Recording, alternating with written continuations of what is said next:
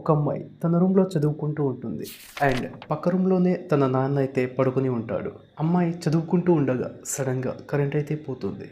Current పోయిన తర్వాత తను తన ఫోన్ లైట్తో బుక్స్ అన్నీ సర్దుకొని అన్నీ సెట్ చేసేసి తను తన కిటికీ దగ్గర లైట్ ఆన్ చేసుకొని పట్టుకొని నిలబడి ఉంటుంది.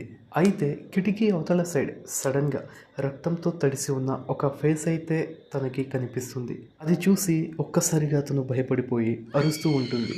ఆ అరుపు విన్న తన నాన్న అయితే భయంతో తన కూతురు రూమ్ దగ్గరికి వచ్చి ఏమైందమ్మా అని అడగగానే ఆ అమ్మాయి, నాన్న ఇక్కడ నేను ఒక అబ్బాయి ఫేస్ రక్తంతో తడిసి ఉండడం చూశాను అని అంటుంది.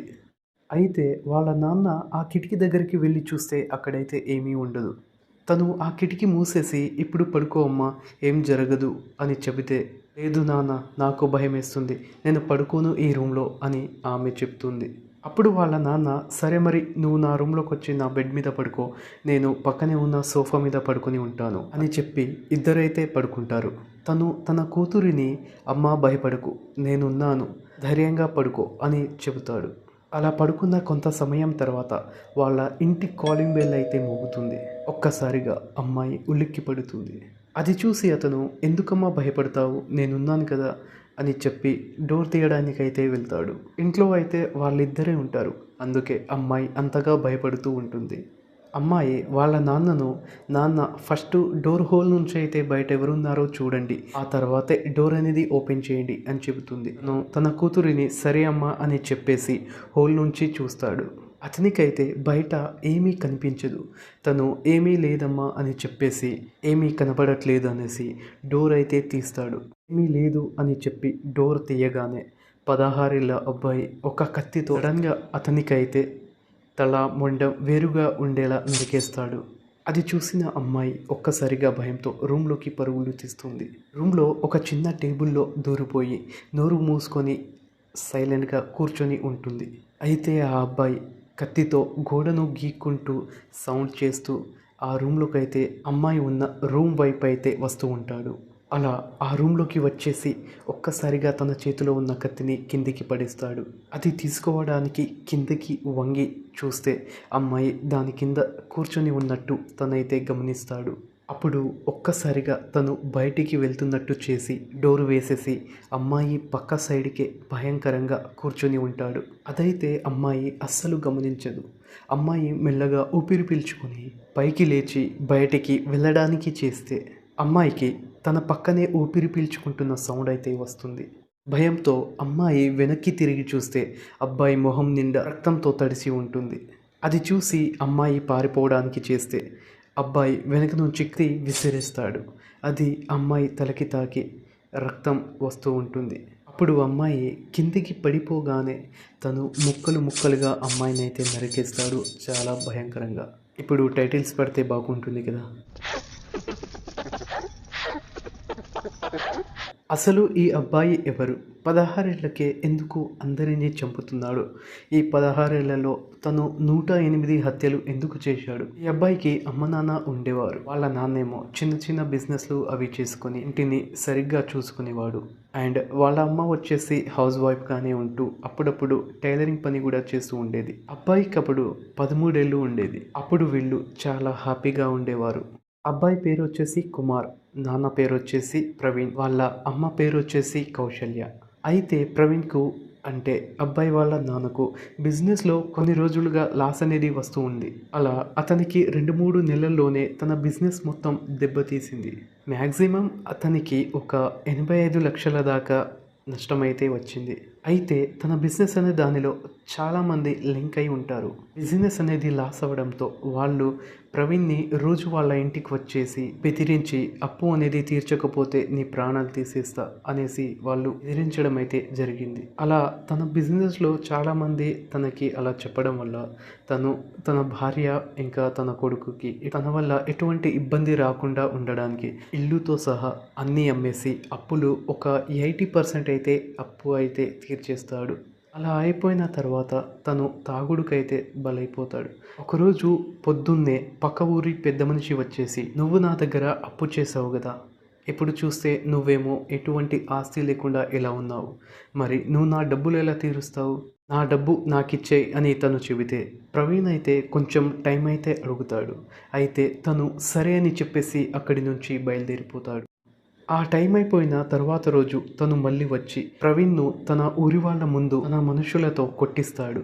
నువ్వు నా అప్పు తీర్చకపోతే నిన్ను నేను చంపేస్తా అనేసి తను ప్రవీణ్ అయితే బెదిరిస్తాడు. తను ఒకప్పుడు చాలా గొప్పగా బ్రతికిన మనిషి. తన భార్య పిల్లల గురించి ఆలోచించకుండా ఆ అవమానంతో తనైతే ఊరి వేసుకుంటాడు.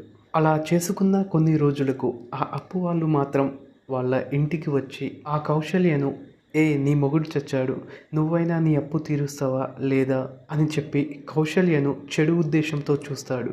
తను భయపడి ఏమీ చేయలేక తీర్చేస్తానయ్యా అని చెబుతూ లోపలికైతే వెళ్ళిపోయి ఏడుస్తుంది. ఇంకో రోజు ఇంకోతను, తర్వాత రోజు ఇంకో అతను, అలా రోజు రోజుకి తన దగ్గరికి వచ్చి చెడు ఉద్దేశంతో మాట్లాడుతారు అందరూ. ఒకరోజు మొదటగా వచ్చిన అతను ఎవరూ లేని సమయంలో ఆమె దగ్గరికి వచ్చి డబ్బులు నీ వల్ల అయితే ఇవ్వు, లేదా రోజు గంటసేపు నాకు సుఖాన్నివ్వు అని అంటాడు. అంతలోనే ఆమె అతనికి చెంప మీద కొట్టి పోర కుక్క ఇక్కడి నుంచి అని చెప్పేసి ఈ డబ్బులు ఎలాగైనా కట్టేస్తా అని చెప్తుంది. అప్పుడు అతను ఆమెను తిరిగి కొట్టి ఇన్ని రోజులు నేను ఊరుకున్నాను అనేసి నన్నే కొట్టావే అని అంటూ బలవంతం చేయడానికి చేస్తాడు. నువ్వు గనక ఇప్పుడు నాతో కోఆపరేట్ చేయలేకపోతే నీ అబ్బాయిని నేను చంపేస్తా అనేసి బెదిరించి తనను బలవంతం చేయడానికి చేస్తాడు. తన కొడుకు కోసం ఏమీ చేయలేక అలాగే ఊరుకుంటుంది.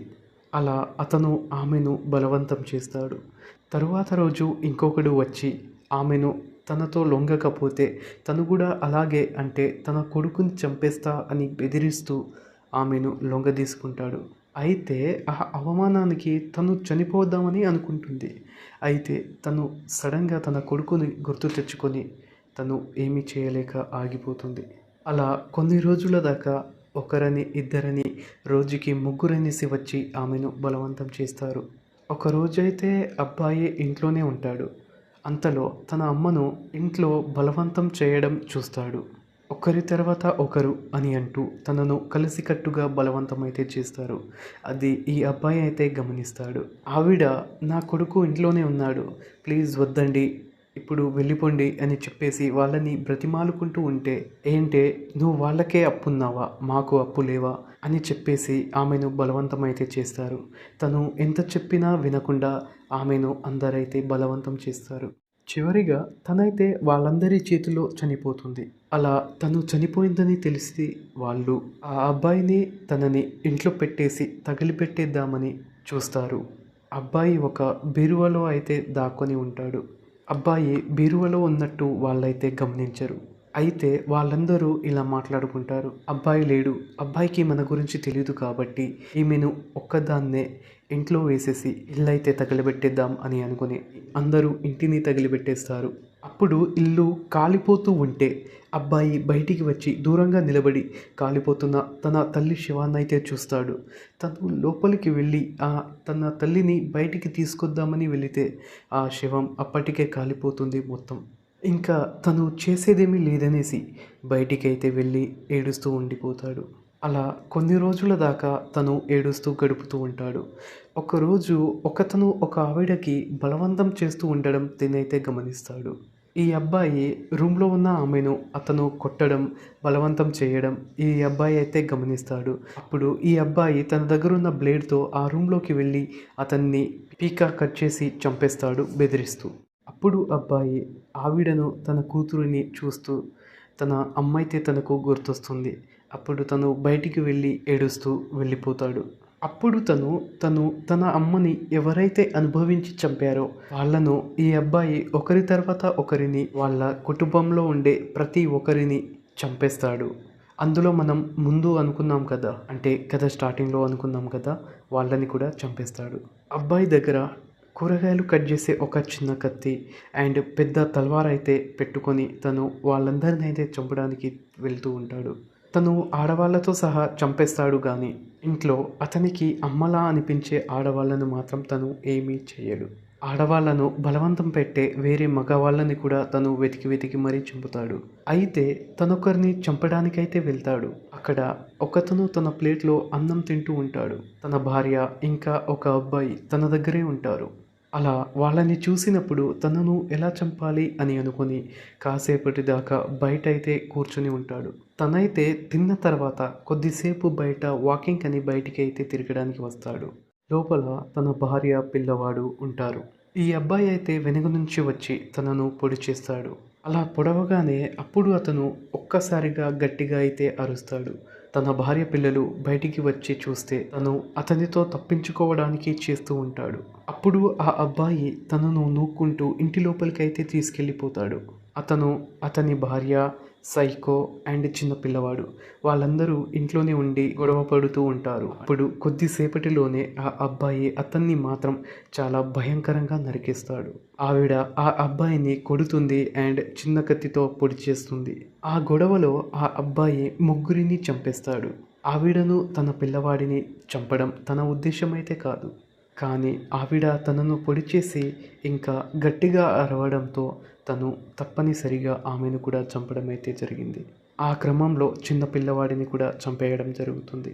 అలా జరిగిన తరువాత తను ఆవిడను చంపినందుకు తను చాలా బాధపడుతూ ఏడుస్తూ ఉంటాడు. వాళ్ళ అమ్మను తనే చంపాడన్నంత ఫీల్ అవుతాడు. తను అలా బాధపడుతూ ఏడుస్తూ ఒక పెద్ద కొండ మీద వెళ్ళి దూకేసి చనిపోతాడు. వాళ్ళతో అతను 108 మందిని అయితే చంపడం జరుగుతుంది. అలా ఈ అబ్బాయి అయితే సైకోలా మిగిలిపోతాడు.